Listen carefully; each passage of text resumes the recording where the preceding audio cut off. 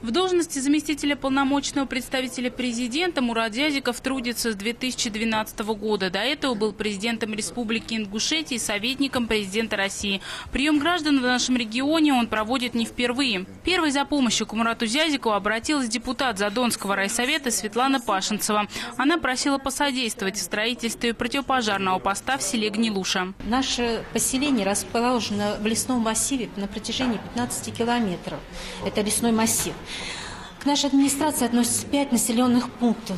Население у нас 2000. И у нас очень большая пожароопасная обстановка. Новый пожарный пост пообещали построить уже в следующем году. Свои вопросы Мурату Зязикову задали и другие граждане. На встречу приехали жители региона из разных районов. Липчан волновали вопросы благоустройства, строительства дорог и водопроводов. Ни одно из обращений не осталось без внимания. Все вопросы, которые сегодня мы рассматривали, они нашли свое решение. То есть есть конкретные сроки, определенные, реальные.